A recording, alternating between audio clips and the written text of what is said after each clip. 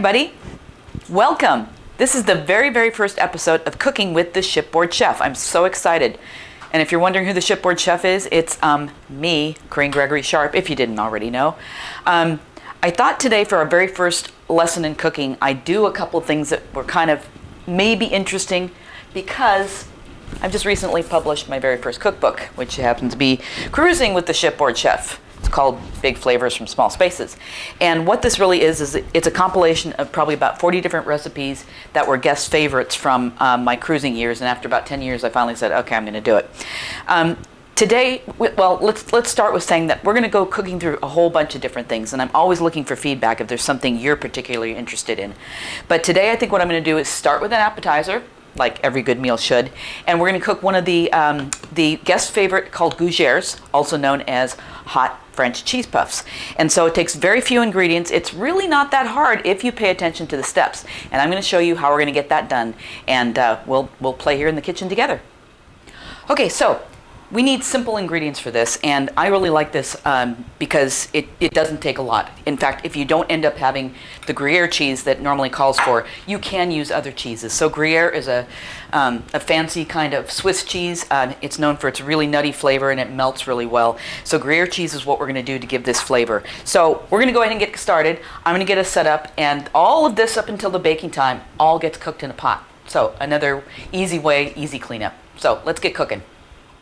So we're going to start by adding our cup of milk,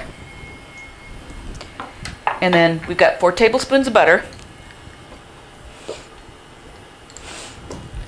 and we're just going to kind of let that come to a boil. All right, so as you can see, it's boiling. So now what we're going to do is we're going to add 1 cup of flour, and I'm going to stir and let this all kind of glom together. Yeah, I know that's a really great technical word, but basically that's what we're doing. We're just kind of incorporating this and letting the flour cook so it gets kind of that uncooked floury taste out of it. This is the basis of our gougères. Okay, so now you see how it's kind of gotten into this ball. Now this is the really important part. We're going to add these 4 eggs, but we want to add them 1 egg at a time so that they're fully incorporated before we add the next one. If we don't do that, the eggs don't really mix that well, and we won't end up with that nice, shiny, glossy texture and look that we expect from properly executed gougères. Okay, so that's 1.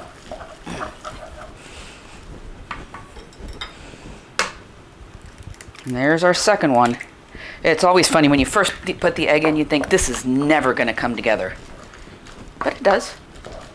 Just takes a little time, takes a little patience. But I really don't want to go on to the next step until I know these eggs are already incorporated. Okay, that's 2. Egg 3.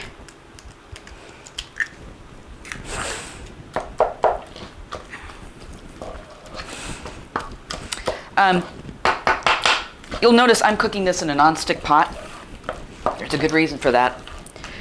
This can get kind of gloppy in a pot, so if you're not using a non-stick, you may end up finding that a lot of your stuff is stuck to the bottom. And we don't want that now, do we? And we want a wooden spoon. This batter is actually rather thick by the time it's all said and done.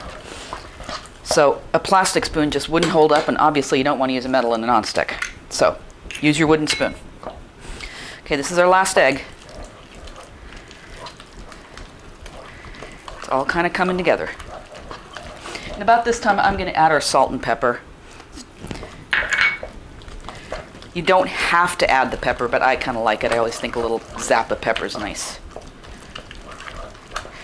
Okay, people, we're getting close here.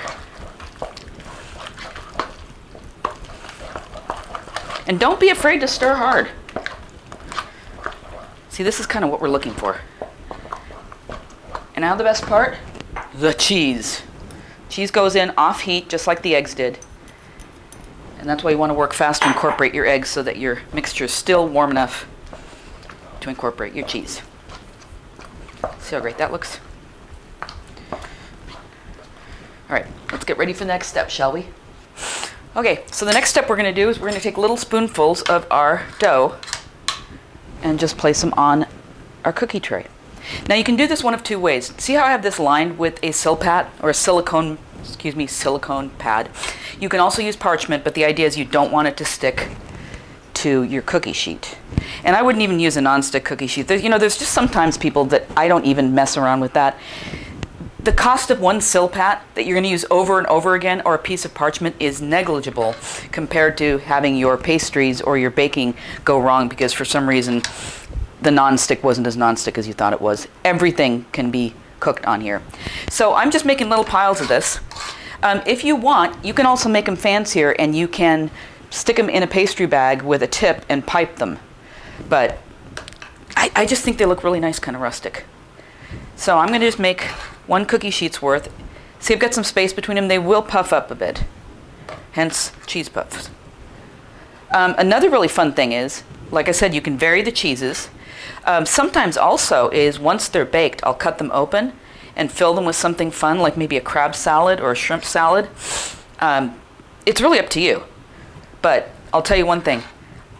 I make batches and a half of these on the boat, and it doesn't matter how much I make, they're always all gone. Okay?